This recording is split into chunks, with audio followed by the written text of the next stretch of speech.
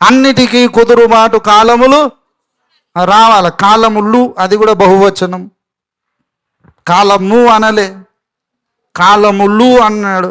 అంటే ఈ కుదురుబాటును దేవుడు ఒకటేసారి మొత్తం చేయడు, అంచెలంచెలుగా చేస్తాడని చెబుతున్నాడు.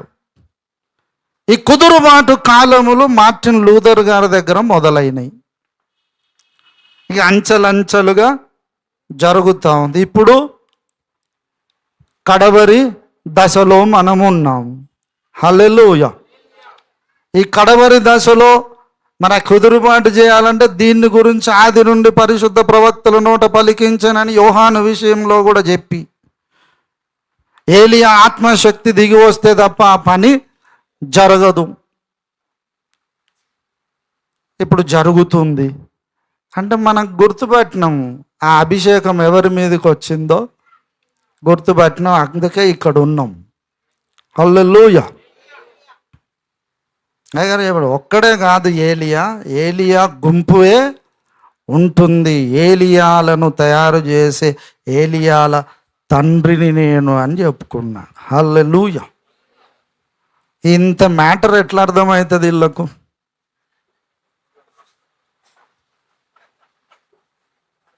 ఈజీగా అర్థమవుతుందా? దేవుడు పరిశుద్ధాత్ముడు కళ్ళు తెరిచి బయలుపరచవద్దు, అర్థమవుతుందా?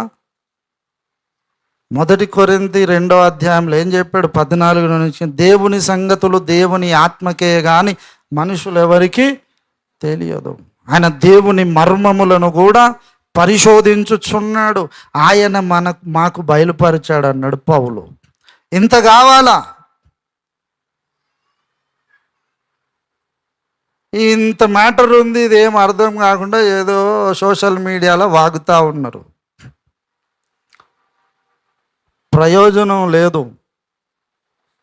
మొన్న చర్చలో చెప్పాను నేను, రంజిత్ తోఫిర్ గారు ఏం చెప్పినా కొంత ఇచ్చట కొంత అచ్చట యెహోవా వాక్యం మీకు వచ్చుననే సూత్రం ప్రకారం వాక్య సారాంశము సత్యమని అన్ని లేఖనాలను ఆధారం చేసుకొని ఆ లేఖనాలలో నుండి ఆయన ఏ మాట చెప్పినా మర్మం చెప్పినా ఏం చేసినా సారాంశము మాట్లాడాడు.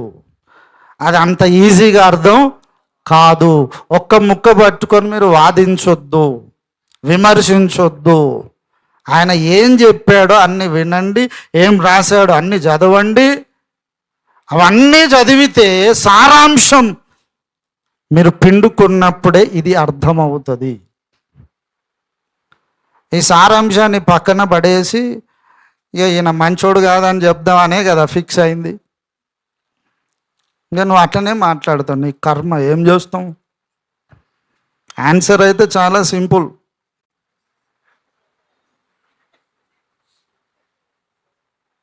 కన్నులు తెరవబడితేనే సంగతి అర్థమవుతుంది, తెరవబడకపోతే మీ కర్మ. డిబేట్ చేశారు TV5లో హైందవ క్రైస్తవం మీద, ఎన్ని ఆధారాలు చూపించినా ఏమన్నారు? మాకు ఆన్సర్ రాలే, సాటిస్ఫై కాలే అని అన్నారు. మరి నేను చెప్పింది తప్ప అయితే రైట్ ఏందో చెప్పమని కూడా అన్నారు.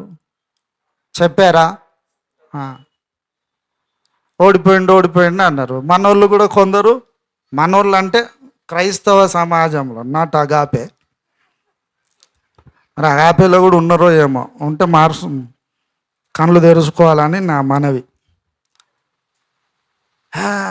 ఓడిపోయిండు. ఏంది ఓడిపోయిండు? గ్రంథములోనే ఓపెన్గా చెప్పేశాడు కదా, ఫలానా పోలికలను బట్టి ఇవి క్రీస్తులోనే, ఇంకెవరికి అప్లై చేయడానికి వీలు కుదరదు. ఒకవేళ ఈయన కాకపోతే ఆయన ఎవరు?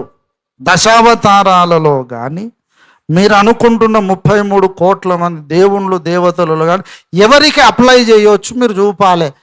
అది మా పని కాదు. నువ్వు బుక్ రాసినా కానీ నువ్వే నిరూపించుకోవాలి. అది నిరూపించే కదా రాసింది, మళ్ళీ నిరూపించేది ఏంది?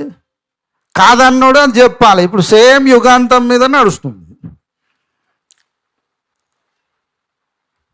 ఏందో రాసి 40 ఏళ్ళు అయిపోయాయి, 45 ఏళ్ళు గ్రంథం అందుబాటులో ఉన్నాక దాని మీద ఏందో ఖండించి ఎందుకు రాంగో మీరు ఏ సూత్రం ప్రకారం లేఖనారు ఇంకోటి రాసి ఇవ్వండి అంటే రాసి ఇవ్వకుండా ఇప్పుడు కూర్చొని అది తప్పు ఇది తప్పు అని సేమ్ వాళ్ళు ఏం చేశారో వీళ్ళు ఇదే చేస్తారు. వాళ్ళేమో హైందవులు, వీళ్ళు క్రైస్తవులు, హైందవ క్రైస్తవు ఇట్లా తయారై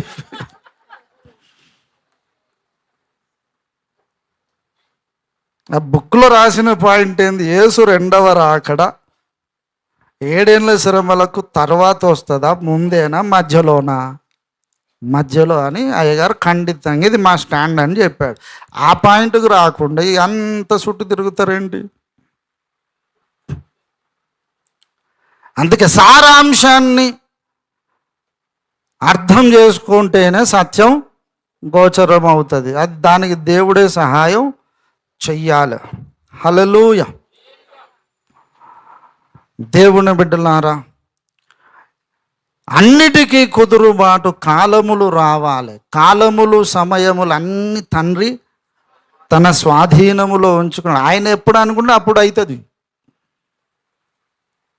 అయ్యగారికి 82లో చూపించాడు దర్శనం, బుక్లో రాశాడు. ఇప్పుడు కొన్ని ఇంగ్లీష్లోకి వచ్చాయి, ఇంకా రావాలి. ఎప్పుడు కంప్లీట్ అవుతుంది అని ఆత్రపడి ఒకడు అవుట్ అయిండు.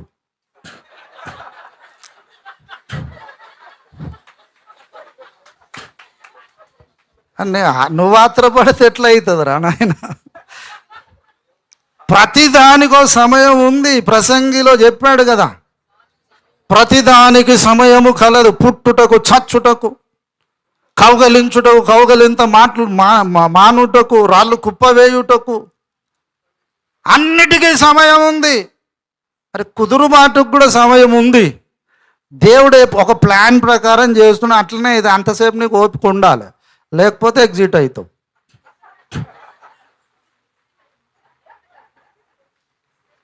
ఎగ్జిట్ మినిస్ట్రీస్ ఇంటర్నేషనల్ ఎప్పుడు మొదలైందో తెలుసా? ఎప్పుడు మొదలైందో తెలుసా మీకు?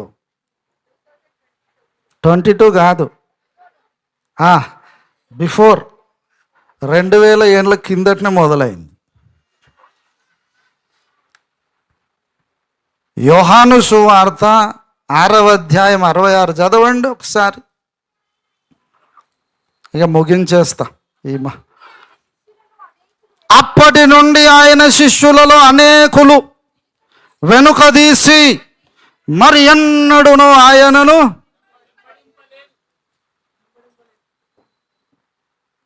అనేకులు వెంబడించారు. ఓ టైం వచ్చింది. ఎందుకు పోయినరు అంటే ఆ అధ్యాయములో యేసయ్య చెప్పిన మాట, పరలోకము నుండి దిగి వచ్చిన జీవాహారము నేనే, నా శరీరము తినాలి, నా రక్తం తాగాలి, వాడే నిత్య జీవం గలవాడు అన్నాడు.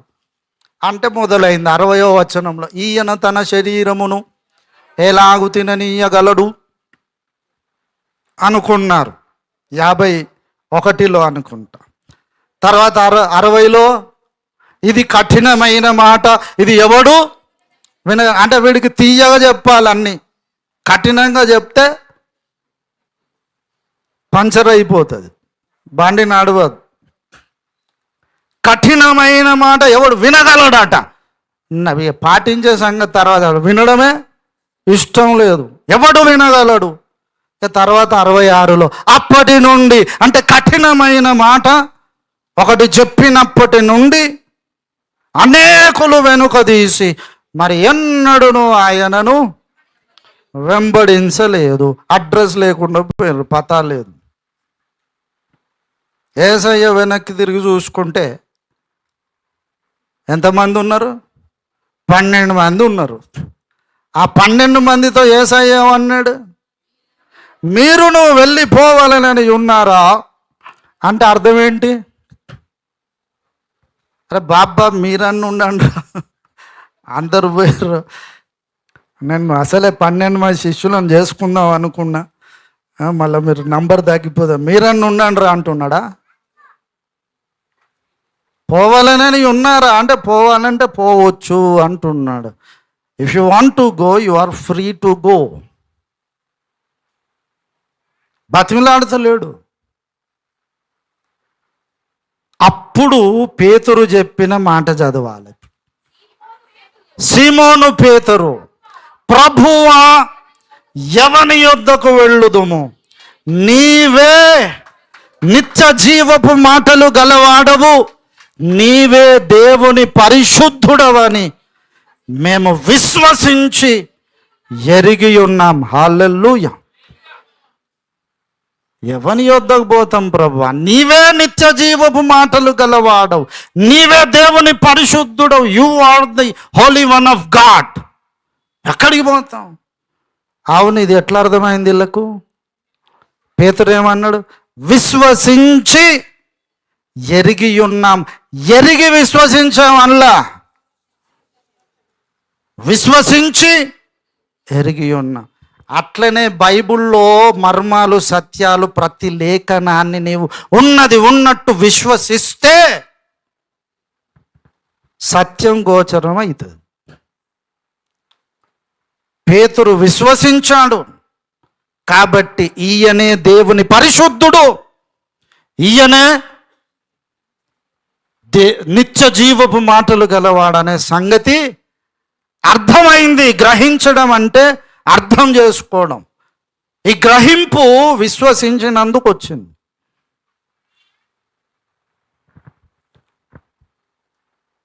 అక్కడ సూత్రం, లేఖనాలను ఉన్నది ఉన్నట్టు నమ్మితేనే నీకు సత్యం గోచరం అవుతుంది, నమ్మకపోతే నీకు జన్మలు అర్థం కాదు. అయితే దేవుని బిడ్డలారా, నేను ఎగ్జిట్ అవుతా అంటే మరేమంటాడు? ఉండరా బాబు అంటాడా? పో, మంచిది. అప్పుడు మనతోనేమంటాడు? అదే డైలాగ్. మీరు నువ్వు వెళ్ళిపోవాలని ఉన్నారా? పోతే పోవచ్చు, నో ప్రాబ్లం. ఎవడు గుర్తుపట్టాడో, ఎవడికి సత్యం అర్థమైందో, ఆత్మ దేవుడు ఎవరికి ఆ ప్రత్యక్షత ఇచ్చాడో వాడే ఉంటాడు. ఉండని, పోయేటోడు పోని.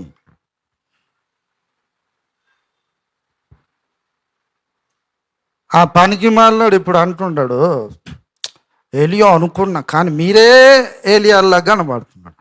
సర్వోత్తమైన మార్గం అటు. ఇప్పుడు ఏంటి సర్వోత్తమం? ఏంట్రా సర్వోత్తమం అంటే ఏంది? మరి ఏం చేసినావు?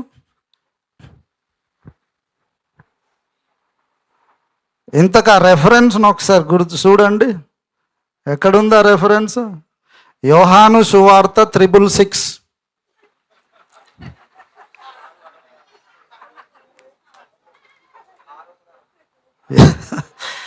యోహాను సువార్త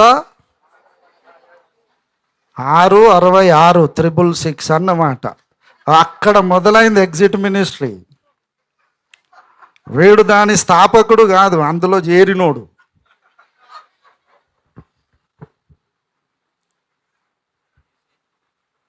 గనుక ఇది మామూలు విషయం కాదు. సైన్యములకు అధిపతియగు యెహోవా ఆసక్తి కలిగి నెరవేరుస్తున్నాడు. 1000 ఏండ్ల నీతి పాలన భవిష్యత్తులో ఖచ్చితంగా జరుగుతుంది. దానికి ముందు అన్నిటికీ కుదురుబాటు కాలములు కూడా ఖచ్చితంగా నెరవేరుతాయి. ఆ నెరవేరుతున్న కాలములో దేవుడు నిలబెట్టిన ఆ ప్రవక్త దగ్గర మనం ఉన్నాం. ఎంత ధన్యత ఇది! ఎవడన్నా బయట నుంచి ఇటు రావాలి కానీ ఇటు నుంచి అటుపోతే ఎంత హౌలగాడాడు. అందుకే అంటాడు అయ్యగారు మంచిగా కరెక్ట్, బేవకూఫ్ అని తిడుతూ ఉంటాడు కదా. బేవకూఫ్ అంటే ఉర్దూ పదం, బైబిల్లో అవివేకి, బుద్ధిహీనుడు, హైదరాబాదీ వ్యావహారిక భాషలో హౌలా. పోయి ఏందో చెప్తున్నాడు మనకు. ఆ దుర్మార్గుడు ప్రవక్త చావును కోరుకున్నాడు. క్యాన్సర్ వచ్చి బాధ చచ్చిపోతాడు. చచ్చిపోతే ఇక నేను మినిస్ట్రీకి అధిపతిని కావచ్చు అనే దుర్మార్గపు ఆలోచనలు అన్నీ చేసి ధనాపేక్ష పరుడై స్వార్థపరుడై వెళ్ళిపోయి ఇక్కడ అట సత్యం లేదట, డొల్ల ఉంది, అందుకే వచ్చినా అని ఇప్పుడు చెప్పుకుంటున్నాడు. బద్మాష్. వాని మీద నాకు అసలు రెస్పెక్టే లేదు.